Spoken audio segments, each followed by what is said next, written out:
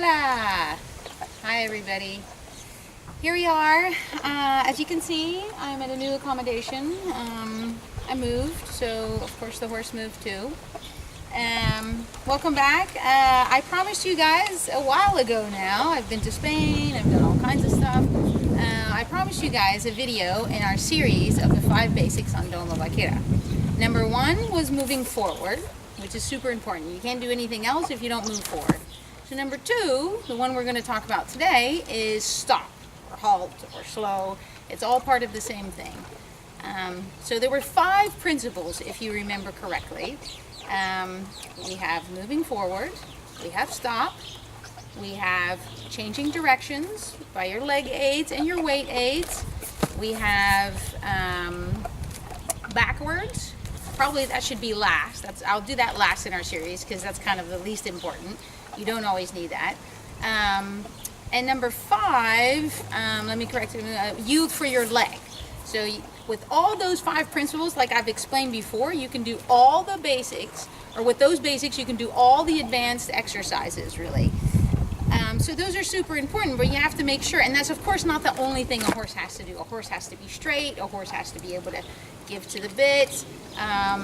It's really interesting because I today gave a lesson to a young girl or lady who has 2 horses. She has an Andalusian and she has an Andalusian mix who was trained in Spain. And that horse was trained Doma Vaquera, but he had been in Holland for a year. And the people who rode him tried to neck rein him.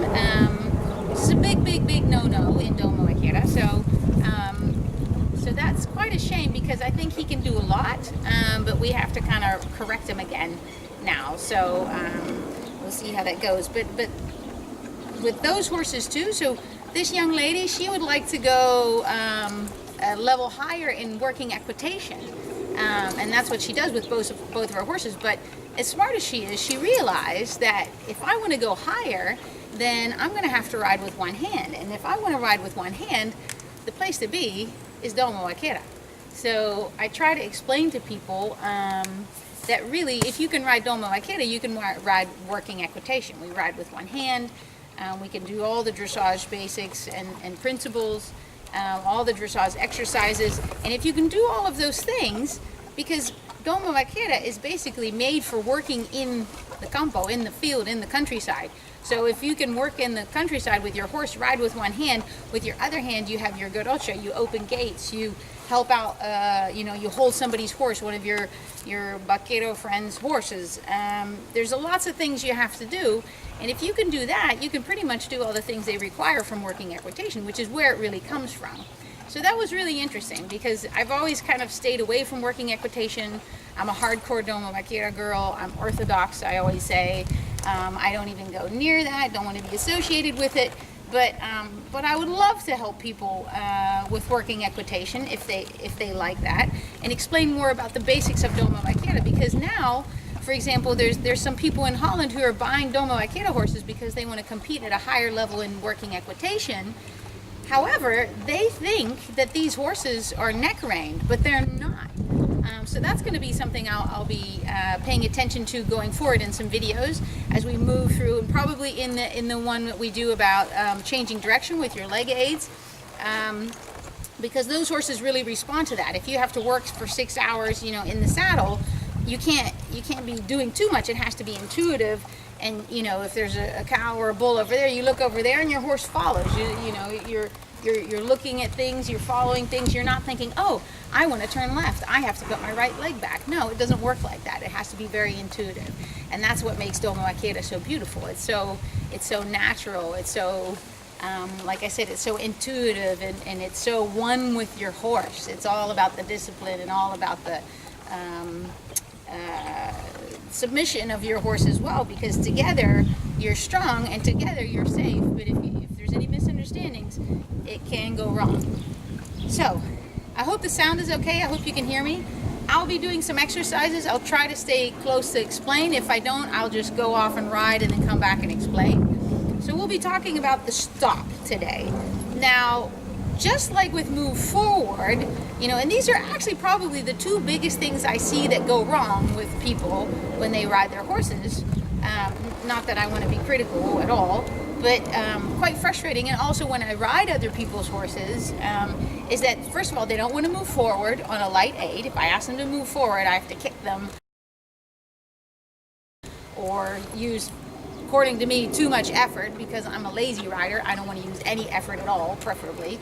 And the second is, once they're moving forward, I can't stop them. They don't listen to my weight aids, and then if I use my weight aids, they won't listen to the reins, because you have to understand your reins are secondary. They are not your main aid. Your main aid is your legs and your weight. And again, because that's something more intuitive, it costs, you know, it takes less effort. And also, horses intuitively will listen to that. A young horse, if you do this, he'll stop. By the way, what I forgot to mention, and maybe some of you saw that, whoever follows me on Facebook, something you might notice, because I'm at a new stable, I have to wear a hat, which I think is absolutely hideous. I'm all about the aesthetics when it comes to, you know, what goes together. I'm a merchandiser by trade, so it's all about the assortment and credible outfits. This is not a credible outfit. However, it's an insurance issue. I have to respect the rules here. And also, I was thinking, you know, in Spain, nobody wears, you know, caps, helmets, whatever you want to call it, cascos. But I guess I should give a good example because I want to go global with this. So, kids, wear your hats, be safe. I think it looks terrible, but, you know, who am I? I don't want anybody to have an accident and then say, Mika said, don't wear your helmet. So I'm wearing it. Kind of goes with my outfit. I need a black one because usually I wear black. So today we're wearing brown velvet. Anyway, so back to the stop. So like I said, so stop is like with everything. It's about conditioning, how you condition your horse. Just like with moving forward, if you condition your horse that you have to kick 10 times before he actually reacts to your leg, then that's what you have to do. Because you accepted that. You made him understand or believe that that's what happens. I'll kick you first 10 times and then I expect you to react, and I might use my whip or whatever. Same thing with stopping. If you want your horse to stop, you use your weight aid, and if he doesn't stop, you use your reins. So I will be showing that. I'll show with the loose rein, which is not really Doma Vaquera, but just to explain the basics and show you, you know, that you don't need your reins at all to stop, and let's hope Isolde is paying attention. If she doesn't, then I'll use my reins. Because when you stop, you have to imagine a wall. And if you want to stop there, your horse has to stop there. Not a couple steps forward, not a couple steps, you know, wherever. No, that's the line. You know, imagine there's a bull. Let me put it that way. There's not a wall, there's a bull right there. And you have to stop and turn and go the other way before he gets you. So you want to make sure you stop exactly where you intended to stop. So you do that with your weight aids first. I'll show you. You do that with your weight aids first, and then with your reins. So it's first the weight, and then your reins. And you kind of move your horse into the reins. We'll see if we can get some good ones, because I haven't ridden Isolde that much lately, to be honest. I haven't had time, unfortunately. So we'll see how sharp she is. So first I'm going to step away, and then hopefully on a bigger circle, because I have my Pixio again. I found it. I lost it at the airport, got it back. So it should be following me, so I hope you can hear me when I'm walking around. But first I'll kind of use a loose rein just to show that you don't need your reins once you've taught your horse those basics. So if you have a young horse, you know, or even a horse that's already been trained, but try to make sure that when you ask them to stop, and I'll try to explain. So when you ask them to stop, you kind of engage your pelvis like that. So you're sitting 3-point. So just like with every riding discipline, Isolde, come on, don't look like a camel. With every riding discipline, you always sit 3-point. So you're sitting on your seat bones and your pelvic bone. How can you have balance if you're sitting on only your seat bones or only your pelvis bone? You know, you can't sit on two, you know, you'll fall. If you're sitting on one, for sure you're going to fall. So you have to sit on those 3 points. And that's super important for your balance. So you're sitting 3-point. But if I want to engage my pelvis, then I kind of tuck my butt under, I guess. And that's going to send a response to the horse, and most horses will respond to that. If they don't, then you have your reins. That's what you use those for. But I'll show you, hopefully Isolde will respond, that a horse will respond to that, and you should try it at home. Especially if you have a young horse, they will respond. So I'm going to have a loose rein, and I'm going to walk in a circle here, try to stay within talking range. So I have my loose rein, and then I'll just tuck my pelvis. I used a little bit of rein there. I cheated because Isolde was looking over there. I knew she wasn't going to stop, so I have to get her sharp again. So I have a loose rein. I want to stop. There she goes. See, she stops. I just do this. I tuck my pelvis, and of course my weight goes back a little bit, because normally you're of course, like with every discipline, let me get a little bit closer. With every discipline, your shoulder, hip, heel. Make sure, if you have a Doma Vaquera saddle, I've explained this before. Oh no, Isolde sees ghosts behind the trailer. Shoulder, hip, heel. If you have a Doma Vaquera saddle, you might tend to put your feet forward because the stirrups are set quite forward. I've explained that before. Make sure you tuck your leg kind of under you, so you have shoulder, hip, heel. Isolde, there's nothing there. I don't know what you're looking at. Shoulder, hip, heel. So I'll show you again. You walk.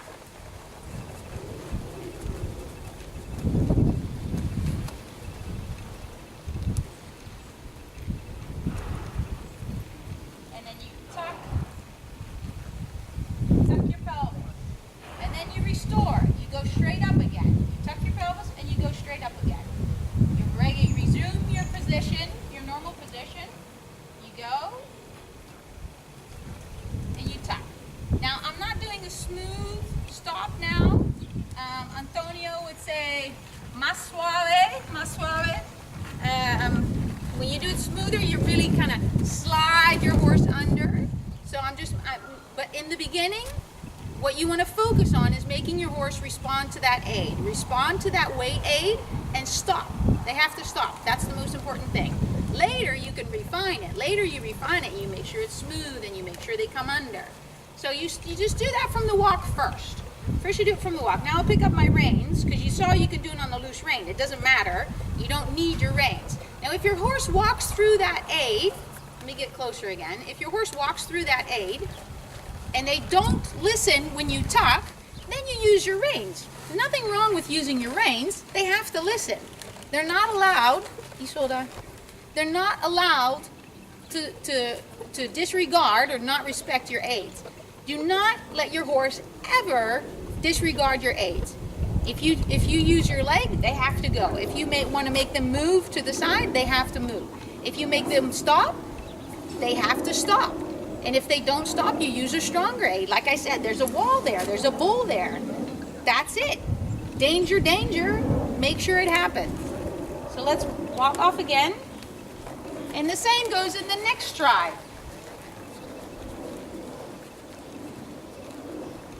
So whether you're walking or trotting,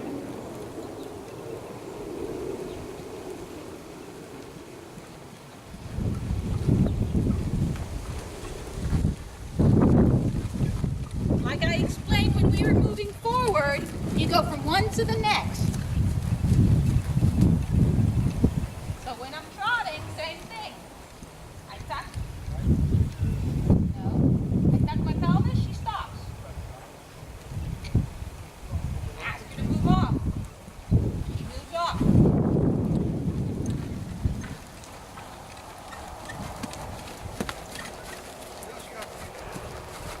Tuck my pelvis, she stops. Now, if I don't release my reins fast enough, she walks backward again, but that's my fault. Then I should release more quickly.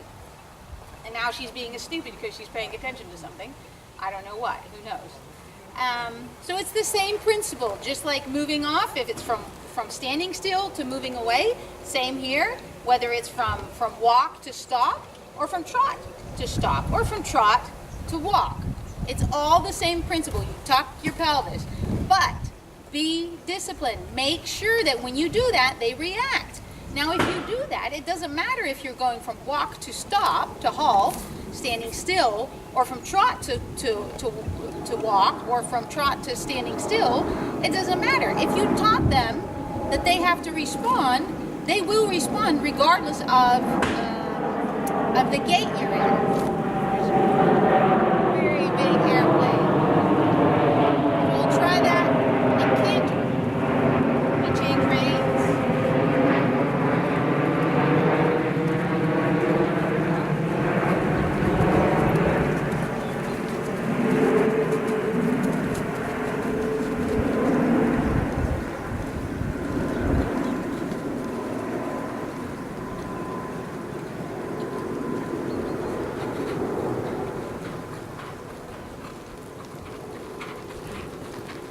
Sees ghosts everywhere.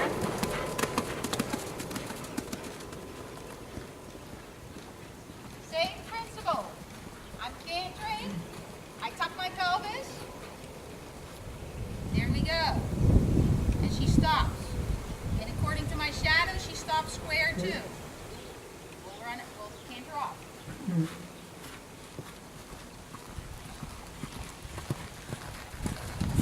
Once it stops in front of the camera,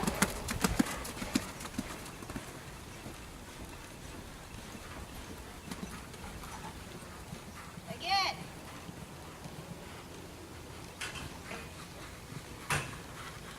I'll stop in front of the camera this time because she wants to. See? Tuck your pelvis, then she stops. Doesn't matter if I'm cantering, if I'm trotting, if I'm walking, it's the same principle. Why? Because I made her do it every time. I didn't let her get away with not listening to my aid. If she didn't stop when I asked her to, now she wants to leave, by the way. If she didn't stop when I asked her to, I made her stop, and I used my reins if I needed to. So first your weight, then your reins. Now, let me see. If I can get the right angle, so we're gonna try, I think we're gonna try the diagonal, and I'll accelerate a little bit, because what in the Doma Vaquera, what would be the most advanced exercise you could do to demonstrate the stop? Now, one of them would be parada raya. Parada raya, stop on the line, is one of the exercises where they do a running canter, and then they stop and they keep sliding with their hind legs. I can't show you that because the surface here isn't suitable, and he sort of doesn't have any shoes on. We don't use sliding shoes, by the way, in Doma Vaquera like they would with Western. We don't do that, but they definitely slide, and it's the two lines that they look for. And sometimes you'll see the riders look back, oh, did I make some lines? That's what they look for. And if you slide really far, not as far as in Western, but everybody will clap during the competitions and everything.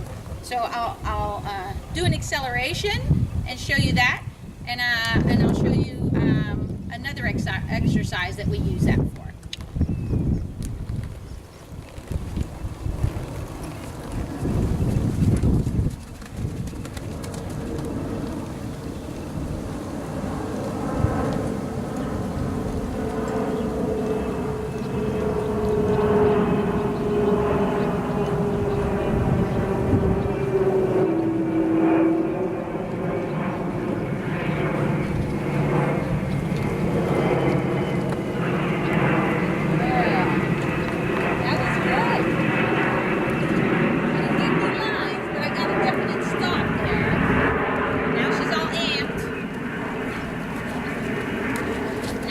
Acceleration mode.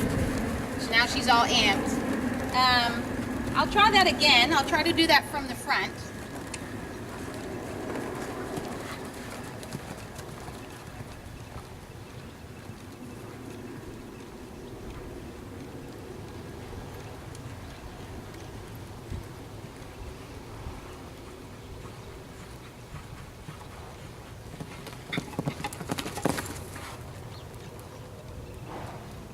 I got some lines.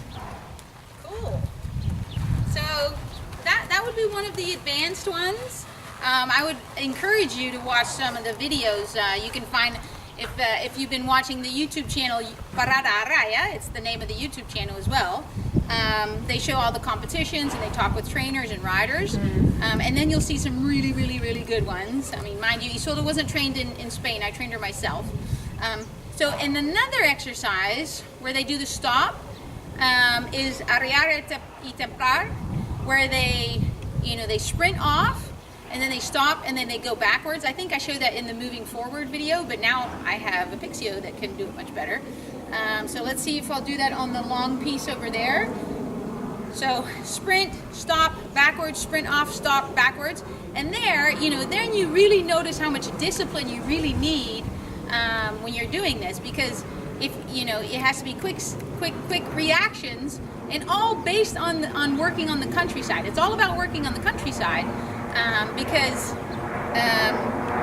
your horse has to be super tuned in and super obedient to be able to do that, because you never know what's going to happen. So you have to make sure that your horse does it. So that's one of those exercises where they can see the obedience and see the submission of the horse, because backing up, of course, is a submissive exercise you would ask a horse to do. So let's see if Isolda will do that. I might canter around a little bit first to get her a little bit sharp, and then see how well she responds.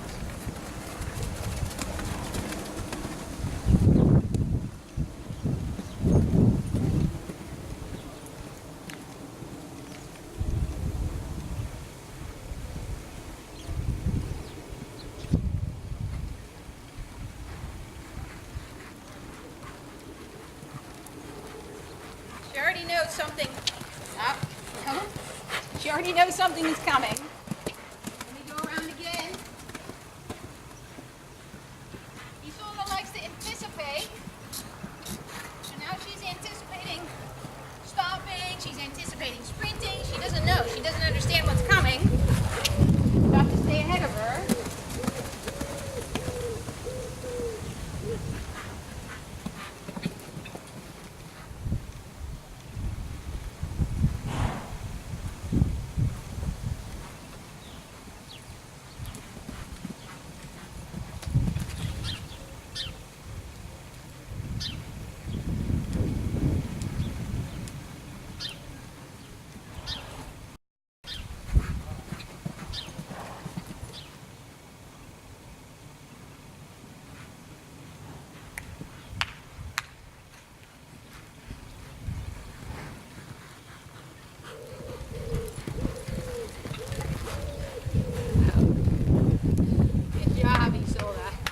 I did something I'm not supposed to do. Antonio says I ride like a cowboy. When I put my arm forward, when we sprint off, I'm not allowed to put my arm forward. You have to keep your arm where it is, and then the horse has to sprint off. So she did some really good stops over there. I'm proud of her. She's being a good girl. So those were the basics of the stop. All these videos are just introductory, of course, just to give you an idea of what Doma Vaquera is about, how we ride, how it's different than other things. It's mostly like dressage, really. It's like dressage. It has the elegance of dressage. The exercises are, I won't say based on dressage. Actually, dressage is probably more based on Doma Vaquera because it's been there longer. But it's really, and it has that vigor of Western, So if you think about Western, it has that vigor about it, but it's elegant like dressage. So it's just beautiful. And I've gotten more and more responses from people on how enthusiastic they are. Either they've known it, but they haven't been able to find information, or they've just learned about it through these videos. It's so much fun, and I hope to get more and more people enthusiastic. Our goal, our mission is to be an Olympic sport. So Antonio Quinta and I, we have this dream that Doma Vaquera will be an Olympic sport one day, just like reining is. So that will be, a little bit crazy, but who knows? I think it's definitely a doable goal. So I hope you enjoyed that. So let's see, we've had moving forward, we have stop now, and then next time, I think probably most important is to talk about how you change directions with your leg aids and your your weight, really it's your weight and then your legs kind of follow. That will explain more about how we ride and how that's different. And then because with that piece we'll also talk about neck reining as well, which we do not do, and why we don't do it, and how we actually do change directions, and why we don't do any neck reining. Because that's really mistaken. If you ever buy a Doma Vaquera horse, or you know people with Doma Vaquera horses from Spain, that's one of the things they do wrong, and it's such a shame because those horses don't understand you. And that horse I rode today, he had been, you know, basically ruined a little bit in that sense. He could do everything. He could do canter pirouettes. He could do his lateral movements, apoyo, you know, everything, half pass, but just a regular circle, you know, and bending and curvature with the circle. He didn't understand that because they had taught him to neck rein. And basically he was punished probably for what he knew and what he knew better, because they think, you know, they thought they knew better, which is a shame. It's really sad, because they're such wonderful horses to ride. They're very noble. So I hope you enjoyed. Make sure you subscribe. I talk to people, they watch my videos, and I ask, did you subscribe yet? And they say, no, I didn't. I don't know how to do that. Well, all you do, there's a button at the end of the video, or there's a little subscribe button on the bottom while you're watching right now on YouTube. So please do that, because we need to grow this network. This is like I said, we're spreading the gospel of Doma Vaquera, and this is a movement. We're trying to create something around the world, something outside of Spain, and it's amazing. So please join our movement. You'll be one of my disciples, let me put it that way. Antonio and I. Speaking of, I will be in Poland next week to give some classes there. Then I will be in Spain the week after. We're going to the Copa del Rey. That's actually one of the biggest qualifiers before the championships. And then we'll have the championships of Andalusia in September, and then the championships of Spain in October. Fingers crossed I will be competing in one of those two, not sure which one yet. So hopefully you'll join us. See you soon, and thanks a lot.